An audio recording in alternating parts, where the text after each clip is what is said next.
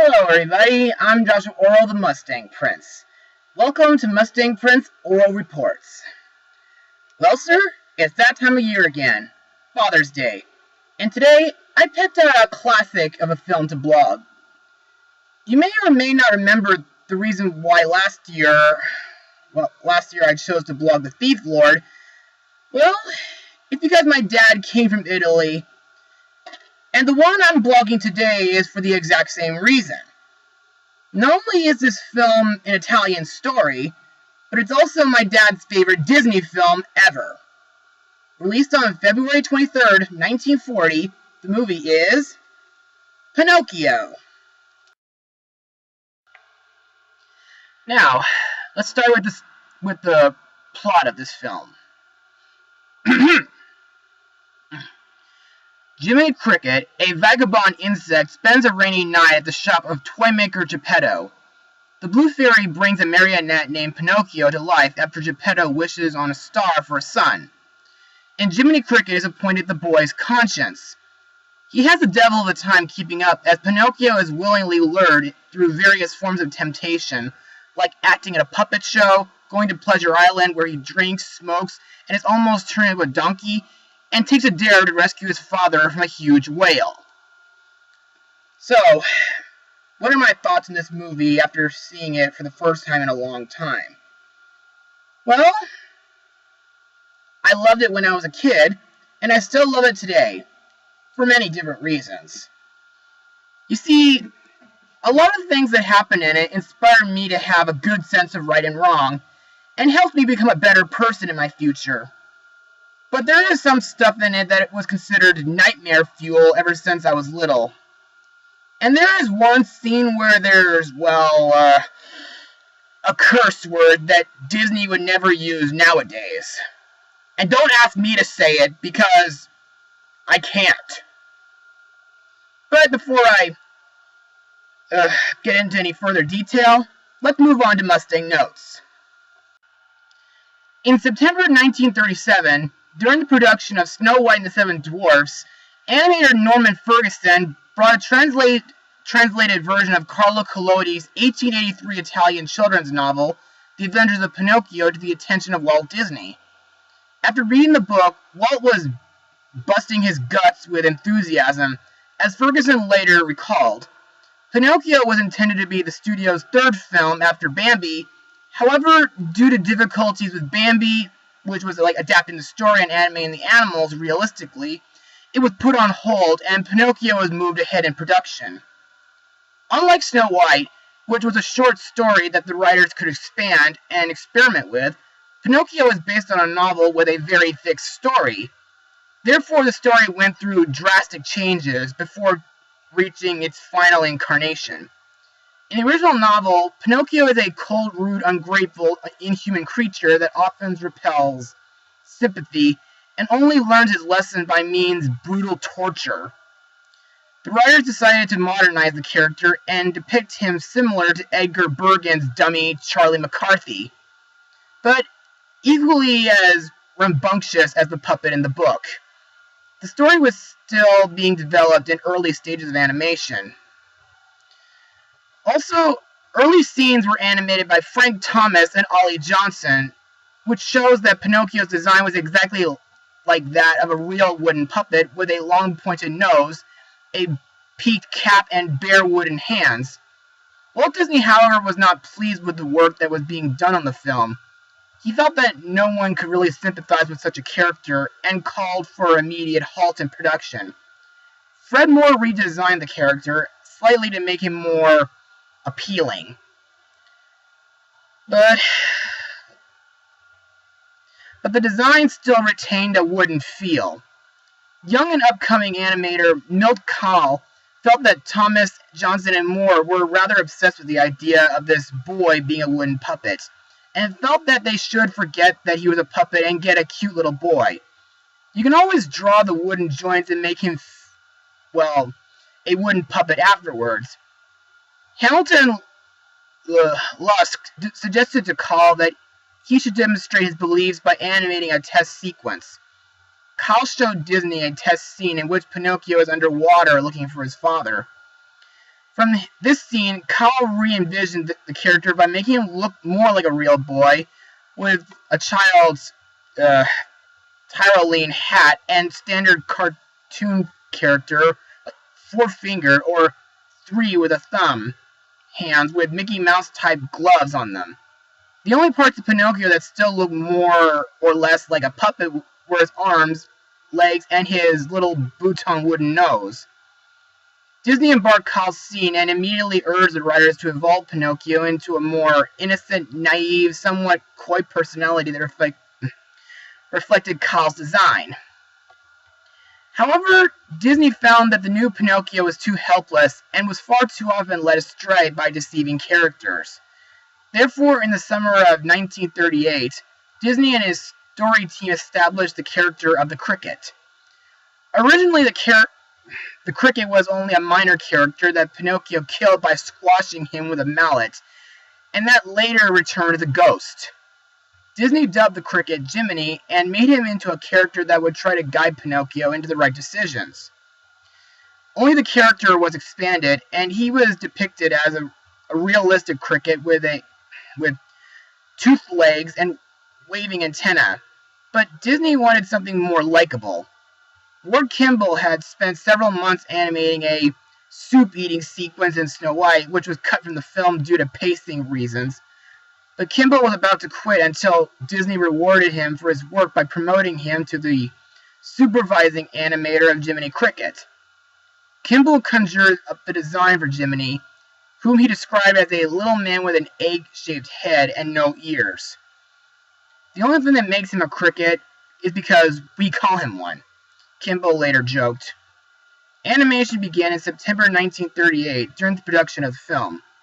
The character model department was headed by Joe Grant, whose department was responsible for the building of 3-dimensional clay models of the characters in the film, known as marquettes, I believe. Or whatever.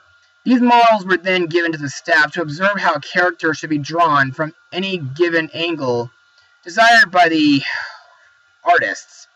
The model makers also built working models of Geppetto's cuckoo clocks, as well as Stromboli's gypsy wagon, and the coachman's carriage. However, owing to the difficulty animating a realistic moving vehicle, the artists filmed the carriage marquettes on a miniature set using stop-motion animation.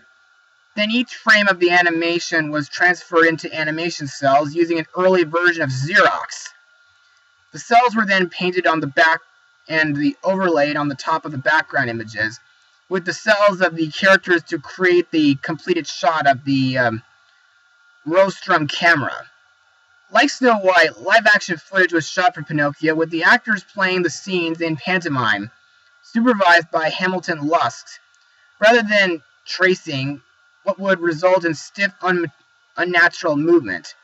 The animators used the footage as a guide for animation by studying human movements, and then incorporating some poses into the animation through those slightly exaggerated. Pinocchio was a groundbreaking achievement in the area of effects animation, in contrast to the character animators, who concentrate on the acting of the characters. Effect animators create everything that moves other than the characters. This includes the vehicles, machinery, and natural effects such as rain, lightning, snow, smoke, shadows, and water, as well as the fantasy or science fiction type, such effects like fairy dust. The influential abstract animator Oscar Fissinger, who maintained work on Fantasia afterwards, contributed to the effects animation of the Blue Fairy's wand. Effects animator Sandy Strother kept a diary about this year-long animation of the water effects, which included splashes, ripples, bubbles, waves, and the illusion of being underwater. To help give depth to the ocean, the animators put more detail into the waves on the water surface in the foreground, but put in less detail as the surface moved further back. After the animation was traced onto cells, the animators would trace it once more with blue and black pencil heads, to give the waves a sculptural look. To save time and money, the splashes were kept in impressionistic. These techniques enabled Pinocchio to be one of the first animated films to have highly realistic effects of animation. Ollie Johnson remarked, "I think that's one of the finest things the studio's ever done." As Frank Thomas said, "The water looks so real, a person can drown in it," and they do. Now, for a 1940s animated film, the animation looks classical. Some parts almost remind me of the Silly Symphony cartoons Disney used to produce. Also, in my eyes, the film teaches morals about being honest, being brave, and having unselfishness. Not only that, but the whole scene on Pleasure Island did give me the incentive to never smoke or drink anything alcoholic. In fact, the whole place might look fun, but it's actually the scariest scene in the film. More about that later. Another thing I find interesting is the amount of villains in this film. There are not one, not two, but 4 villains in total in this film. I mean, not counting Lampwick, though. I've also heard recently that 2 months ago, Deadline reported that Disney is developing a live-action film based on the animated Pinocchio, with Peter Hedges penning the script. That's pretty interesting. Now, like most Disney films during the early years, this one is actually a musical too. In total, there are actually 5 songs, with a few of them having reprises. The first song is Jiminy Cricket's song, When You Wish Upon a Star, which after this film became a major hit, and later became the theme song for the Walt Disney Company itself. Also, you might hear it a lot during, the beginning of every Disney film during the opening logo. Next is the Little Wooden Head song, sung by Geppetto, while he's testing out his Pinocchio marionette. In my eyes, this is a decent song, and it sounds almost like the kind of song a father would sing to his child, in a way. Next is Give a Little Whistle, which is another song sung by Jiminy Cricket. To describe this song, it gives a little message about whistling whenever you're in a sticky situation or if you need help. I also need to point out that this song could be the second Disney song that involves whistling. I mean, the first one was Whistle While You Work from Snow White. Next is Hi Diddle Dee Dee, which is sung by Honest John Worthington Foulfellow, while he and his sidekick Gideon are taking Pinocchio to the theater and to Pleasure Island. Heck, he even sang it at the Red Lobster Inn. Now, I like this song too. I mean, it's a nice catchy song, but while I do like how Honest John sings it, I happen to enjoy Pinocchio's version better. I mean, not many people might know about that version, but you might find that version being heard on either Pinocchio's Daring Journey at Disneyland or on Disney's Sing-Along Songs video. The last song I need to mention is I've Got No Strings, which is sung by Pinocchio at Stromboli's Puppet Theater. Not many folks might know this, but this song was used years later for the TV musical special Geppetto with Drew Carey. Anyway, I like the way Pinocchio sings this song. I also like the different styles of marionettes that dance with him. I mean, there's like Danish styles, French styles, even Russian styles that dance with him. But while I like the designs of the Russian puppets, when I was little, the design of the Russian puppets did creep me out a little bit, but overall the choreography is great. Now let's talk about the characters and their voice actors for this film. The title character, Pinocchio, is voiced by 2000s Disney legend Dickie Jones, who sadly passed away last year. Also had the feeling that the design for Pinocchio must have inspired Sanrio to make a character named Wonder Maker for their mythology film from 1979 called Winds of Change. Now, Pinocchio is a wooden puppet carved by Geppetto and was given life by the Blue Fairy. Now, I like how Pinocchio is in this version. Like most young children, well, they sometimes don't know about the difference of right and wrong, but Pinocchio does improve and learn many different lessons from the experience he goes through in this film. Next, we have Jiminy Cricket, voiced by Cliff Edwards, whom, after this film, played one of the silly crows from Dumbo. Now, Jiminy is a cheerful and wise cricket who acts as Pinocchio's conscience, and the partial narrator of the story. I absolutely love Jiminy. Now, out of any character in a Disney film, Jiminy has to be my absolute favorite, next to Mickey Mouse, Genie, Olaf, Stitch, Baymax, and others. Now, I'm going to give a little history about Jiminy as well as a few other characters throughout this review. After this film, Jiminy would appear in other Disney films, such as Fun and Fancy Free, a few of the Disney sing-along videos, Mickey's Christmas Carol, The House of Mouse. He even appeared in video games like the Kingdom Hearts games, and also Epic Mickey Power of Illusions. Next we come to Pinocchio's father, Geppetto, voiced by Christian Rubb.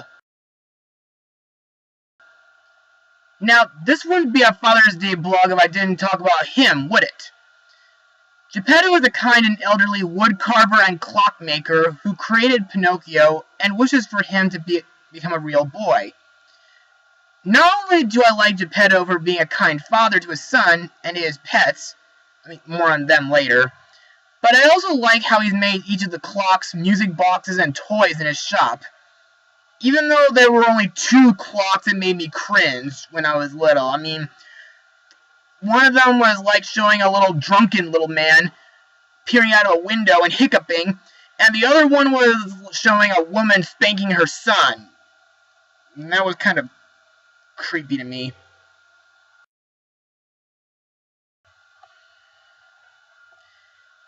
Next we come to Geppetto's pets, Figaro and Cleo.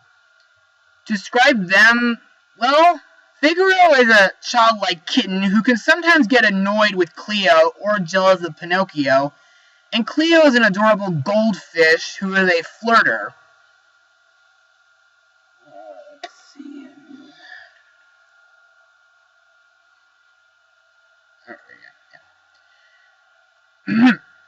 Now, like Jiminy, they appeared in other Disney films. Like Figaro appeared in a few Pluto cartoons. Also, he appeared in Mickey's Once Upon a Christmas during the Gift of the Magi story. And also The House of Mouse. And currently, nowadays, he's found at the Fantasy Fair in Disneyland. While Cleo appears in Fun and Fancy Free, DuckTales, and the Kingdom Hearts series. Next we come to my second favorite character in the film, the Blue Fairy, voiced by Evelyn Venable.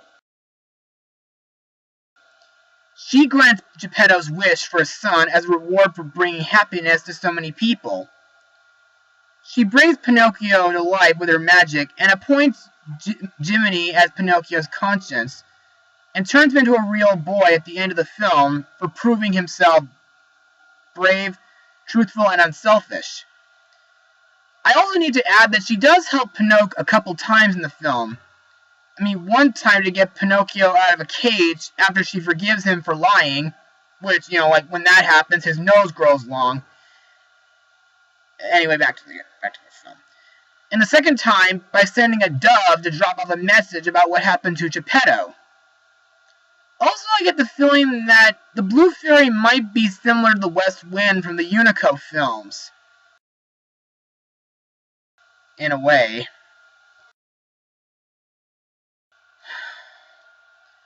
Next, we come to the tricksters of the film, Honest John Worthington Foulfellow and his sidekick Gideon.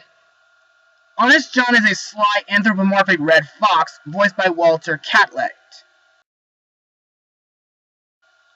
He tricks Pinocchio twice in the film. He also has a habit of hitting Gideon with a hammer and pulling him at him with his cane. He even trips Pinocchio and eats his apple.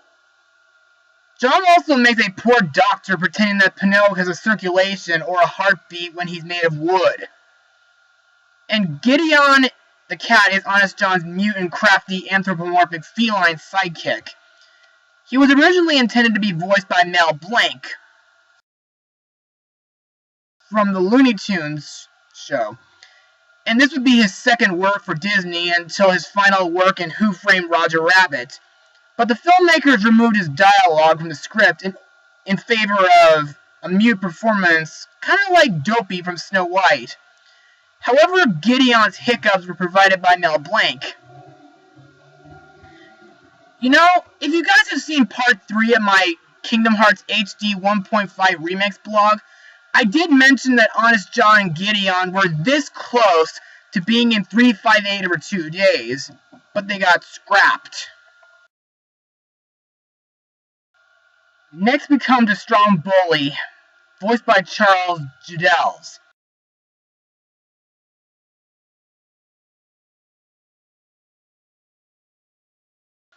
And this isn't the only character he voices in this film.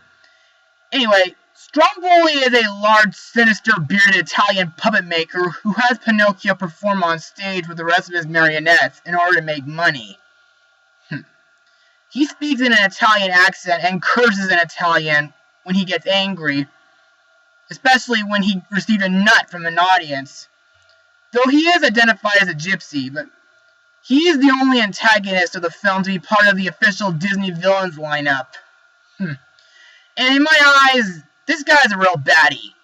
I mean, he's abusive, greedy, and he takes advantage of Pinocchio by taking all of Pinocchio's money and locking him in a bird cage, even threatens to chop him in firewood. I mean, look, people, I'm an actor too, but I would never let anyone take advantage of me in my future, ever.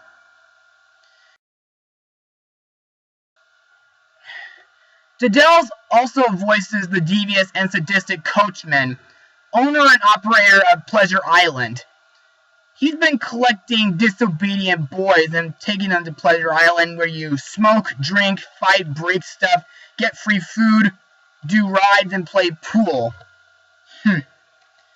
Maybe that was the inspiration for the Trouble song from Music Man. While the whole place may look fun, it's actually a trap because most of the boys got turned into frightened donkeys. Even a few of them still could talk, anyway. And the coachman plans to sell them to salt mines and circuses and that almost sounds like something you'd see in a film based on a Ray Bradbury book, like this one. Anyway, this guy is worse than Strong Bully. Not only does he own an entire amusement park on an island, but he also has minions dressed in black to steal up the gates, but they didn't even bother to steal off the cliffs where Pinocchio and Jiminy escaped. But the scariest part about him is during the scene at the Red Lobster Inn, while making a proposition with Honest John, he makes like a horrifying face. I don't think there could be anyone that traumatizing with a face like that. Other than him! Lastly, we come to Monster the Whale, whose noises are done by Thurl Ravenscroft, aka Tony the Tiger from the Frosted Flakes commercials. This giant whale swallowed Geppetto, Figaro, and Cleo during their search for Pinocchio. When Pinocchio heard about this from the Blue Fairy's message, that's when his unselfishness and bravery kicks in. I'm pretty surprised that Monster was the first monster of the sea that was on the big screen before many others like the giant